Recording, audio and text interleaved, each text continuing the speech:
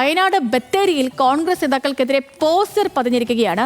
IC Balakrishnan MLA, KPCC നിർവാഹക സമിതി അംഗം KN പൗലോസ്, അതുപോലെ മുൻ DCC പ്രസിഡന്റ് KE വിനയൻ എന്നിവർക്കെതിരെയാണ് പോസ്റ്റർ പതിച്ചിരിക്കുന്നത്. ഇപ്പോൾ നമുക്ക് ആഷിഖ് റഹ്മാനുണ്ട് വയനാട് നിന്ന്. ആഷിഖെ, വയനാട്ടിൽ പോസ്റ്റർ പതിഞ്ഞിരിക്കുന്നു. എന്താണ് പോസ്റ്ററിൽ പറഞ്ഞിരിക്കുന്ന കാര്യങ്ങൾ? സേതു, നമുക്കറിയാവുന്ന പോലെ ഈ ശനിയാഴ്ചയാണ് വയനാട് മുള്ളംകൊല്ലിയിൽ DCC അവിടെ ഒരു മണ്ഡലം കമ്മിറ്റി വികസന യോഗത്തിൽ വെച്ച് DCC പ്രസിഡന്റും പ്രവർത്തകർക്കും ഒരു വാക്കേറ്റവും കയ്യാങ്കളിയെല്ലാം ഉണ്ടായി നമ്മൾ കണ്ടതാണ്. ഇത് വലിയൊരു നാണക്കേടാണ് DCCക്ക് ഉണ്ടാക്കിയത്. അതിന് പിന്നാലെയാണ് ഈ സുൽത്താൻ ബത്തേരി MLA ആയിട്ടുള്ള IC ബാലകൃഷ്ണൻ, അതുപോലെ തന്നെ KBC നിർവാഹക സമിതി അംഗമായിട്ടുള്ള KL പൗലോസ്, മുൻ DCC പ്രസിഡന്റ് ആയിട്ടുള്ള KE വിനയൻ, 3 പേർക്കെതിരെ സുൽത്താൻ ബത്തേരിയിൽ പോസ്റ്റർ വന്നിട്ടുള്ളത്.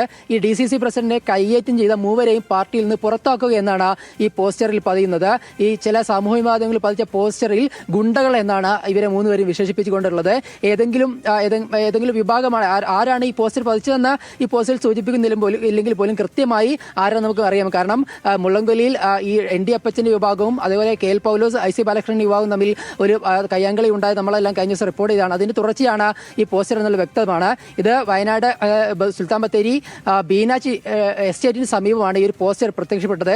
ഇന്നലെ അർദ്ധരാത്രിയോടാണ് പ്രത്യക്ഷപ്പെട്ടത്. പലയിടങ്ങളിലും ഈ പോസ്റ്റർ പ്രത്യക്ഷപ്പെട്ടിട്ടുണ്ട്. ഈ 3 പേരുടെയും ഫോട്ടോ സഹിതമാണ് ഈ പോസ്റ്റർ പതിയിട്ടുള്ളത്. ഇവരെ 3 പേരെയും പാർട്ടിയിൽ നിന്ന് പുറത്താക്കണം. കാരണം DCC പ്രസിഡന്റിനെ കയ്യേറ്റം ചെയ്ത 3 പേരാണ്. ഇവരെ പാർട്ടിയിൽ നിന്ന് പുറത്താക്കണമെന്ന് ആവശ്യപ്പെട്ടാണ് ഈ പോസ്റ്റർ യുദ്ധം ഇപ്പോൾ ആരംഭിച്ചിട്ടുള്ളത്. എന്തായാലും നാളെ KPC പ്രസിഡന്റ് അടക്കം ഈ ജില്ലയിലേക്ക് വരുന്ന ഒരു സാഹചര്യമുണ്ട്. ഈ ജില്ലയിൽ വലിയ രീതിയിൽ ഈ മുള്ളംകൊല്ലിയിലടക്കം വലിയ തർക്കം നിൽക്കുന്ന സാഹചര്യത്തിൽ പോസ്റ്റർ യുദ്ധത്തിലോടുകൂടി അതിൽ കൂടുതൽ തുടർച്ച വരികയാണ്. നാളെയോടുകൂടി KPC പ്രസിഡന്റ് അടക്കം വരുന്ന സമയത്ത് ഈ വിഷയം കൂടുതൽ KPC പ്രസിഡന്റ് മുമ്പിൽ തന്നെ എത്തിക്കാനാണ് പ്രവർത്തകർ ഉദ്ദേശിക്കുന്നത്. സേതുലക്ഷ്മി.